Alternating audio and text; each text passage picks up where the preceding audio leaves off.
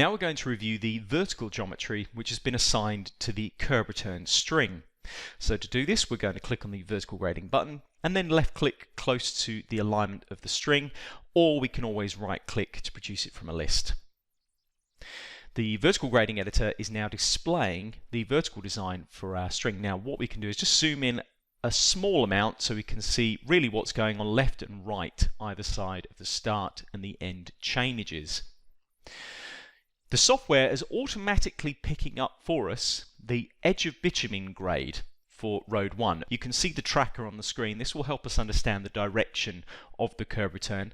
The direction of curb returns is very important. It's always following the flow of traffic. So chainage 0 on the north side will always be on the side road. Chainage 0 on the south side will always be on the main road. It's always following the flow of traffic.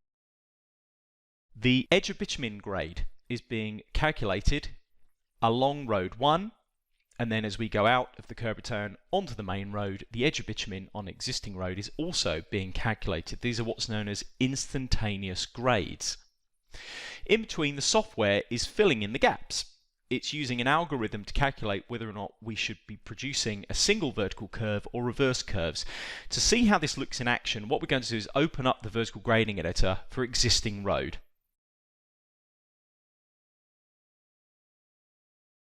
Now I'm just going to make an adjustment. If you are using multiple screens, you are more than welcome to obviously move these forms onto alternative screens.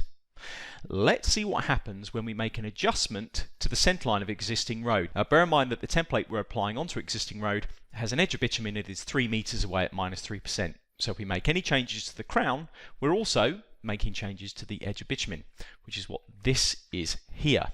So let's have a look at what happens when we make an adjustment. This is similar to what we did when we looked at the intersection change. As I'm doing this, you'll see that the software is automatically recalculating, and I'm going to make a very, very significant change here by pushing this IP all the way down. You'll see that as I move that IP down, the software is recalculating the instantaneous grades of the edge of bitumen and determining how those two grades should be connected. What's happening is that in this particular scenario, the instantaneous grade from road 1 is not crossing or will not cross the instantaneous grade of the existing road crown, meaning that it will have to produce a reverse curve scenario, which is what the software has done here. If, and I'm going to move the IP, just moving my mouse up and down here, if the two grades do intersect within the curb return, you can see there that the software will automatically place a single curve. Now all I'm going to do here is just left click within the existing road crown here, just to simply position the IP pretty much back to where it was before so we can see what's happening. Just going to close that down. Now we do have control over the content within the curb return itself. And to see how this looks, we're simply going to edit the IP that is currently being positioned within that vertical curve. So I'm going to left click in the VGE, and where it says VC length, I'm going to round that number down. So I'm going to just type in 5, and I can click on apply.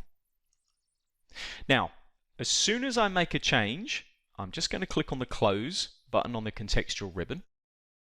You'll notice in the drawing environment that 2 white circles have appeared.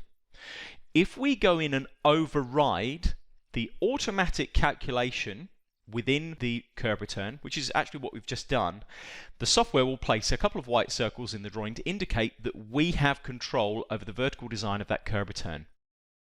To show you how this works, I'm going to just open up the vertical grading again for existing road crown and do what we did just a second ago, which is to adjust that IP up and down, and watch what happens to the vertical curve this time. You can see that the instantaneous grades, yes, they're moving up and down, right up to the point of the curb return entry and exit, but within the curb return they're not adjusting because we have effectively gone in and overridden the design. So what I'm going to do is left click to position the IP and close the vertical grading editor down again.